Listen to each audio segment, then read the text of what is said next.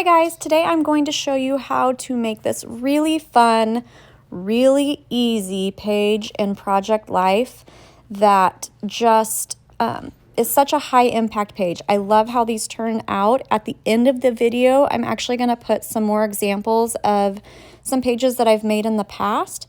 But what I'm doing is I'm first just duplicating a page in my folder because I want it to live in the folder. That was my dog. I want it to live in the folder with the same title. So I duplicated it. I changed the background color to any color that you want. This time I'm going to go with blue, and there is going to be quite a bit of this background color showing. Now I've changed it to the outlay that has all of the squares in the middle. Can't remember the name of it. And I am going to add in my photos just in the little squares in the middle. And you can use any of the layouts actually for this as well. I've used several different ones. Most of the time I use little square photos, but you don't have to. I've also done this with the panoramic photo in the middle, and I will have to see if I can find an example of that to put at the end of the video as well. So I am selecting my photos and putting them just there in the middle. And then I am going to save that to my camera roll. You could also use journaling cards. You'll see what I'm talking about. You could leave the background white and use white journaling cards. I've done that before, but I really like it when it is a different color because I don't usually use a colored background in my scrapbook. So I'm just rearranging these photos, and then I'm going to go back in and I am going to add a border around them. And I think I forget to do that this first time around, so I'm going to save, just adjusting things to where I want them. I'm going to save it to my camera roll, and then I realized that, and yes, you do want to save it empty.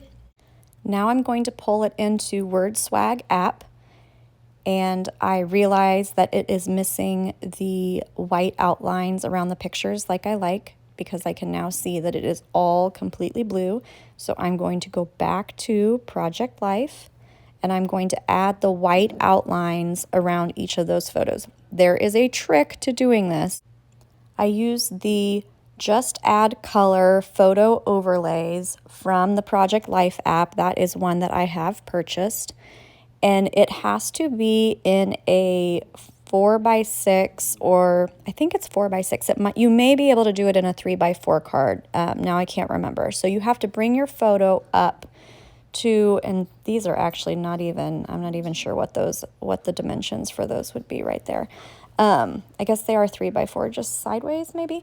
You have to add it to a slot that is compatible with the overlays, and obviously it's working on these.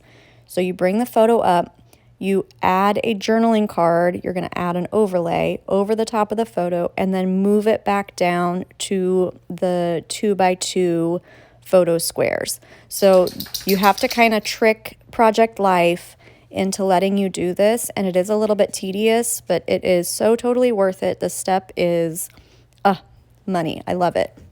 So move each one of these up, add the white border, the white outline, and then pop it back into the spot that you had it before. So we're going to keep doing that for all of the 8 photos that we have in there. I'm just going to speed this up so that we can do the white overlay on each one of these photos, and then I'm going to save that as an incomplete photo once again.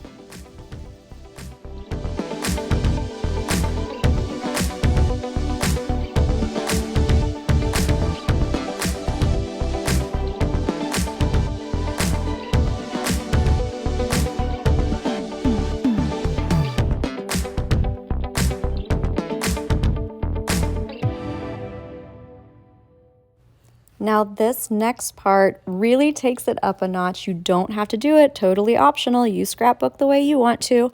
But I like to put this photo on a diagonal. So I'm going to open up an editorial page so that I can have a full photo spread, and I want it with no outline around it. I'm going to pull that page that I just made with the white border in there. Then I'm going to edit it in Pick-Tap-Go, go down to the cropping symbol, and I am going to rotate it slightly so that it is on a diagonal. I love the way that this looks, especially if I'm keeping in mind those photos on the edges that I might end up cropping them out a little bit. And sometimes I will go ahead and save it and then do it in WordSwag, add the title in WordSwag. But in this one, I actually want the title to be along the top of that and at the same angle. So I am going to type in my title and I'm going to change it to a different font, and I'm also going to make it white. In an effort to mimic Allie's handwriting, Allie Edwards' handwriting, I will a lot of times use the wet paint. It sometimes leaves a splatter that I don't like, and I will try to usually find one without splatter, but I think in this one I leave the splatter. Nope, I don't think there's any splatter in that. So I'm just going to line that up so that it is along the edge of my photos. Save it to my camera roll, and then we're going to go back into that Project Life page, that editorial page, and edit it in Pick-Tap-Go, go down to the crop, and then I'm going to rotate it. And like I said, you want to be mindful of the photos that you put on the edges if you do this, and also the placement of your title, because you can end up cutting them off. Really like the way that that looks. I'm going to save that to my camera roll. And then I'm going to bring that into Studio app. You could totally do this next part in the Project Life app with the freeform text. I just find it really cumbersome to work with. So I prefer to use the Studio app for my journaling. I'm going to pull up the same photo that I just was working with. I usually don't worry about losing resolution on these. I used to have concerns, and I did some test printing, and nothing really turns out blurry when I'm using it across multiple apps and saving it multiple times. So I am just putting in my journaling in the Studio app, and I'm going to add that in Remington Noiseless font, which is a free font that I got offline that I was able to import into Studio. I also have it imported into my Project Life app. It's my favorite typewriter font that I use. So I am going to use that font, do my journaling, and add it to the page, and then I'm going to bring the whole finished page back into Project Life.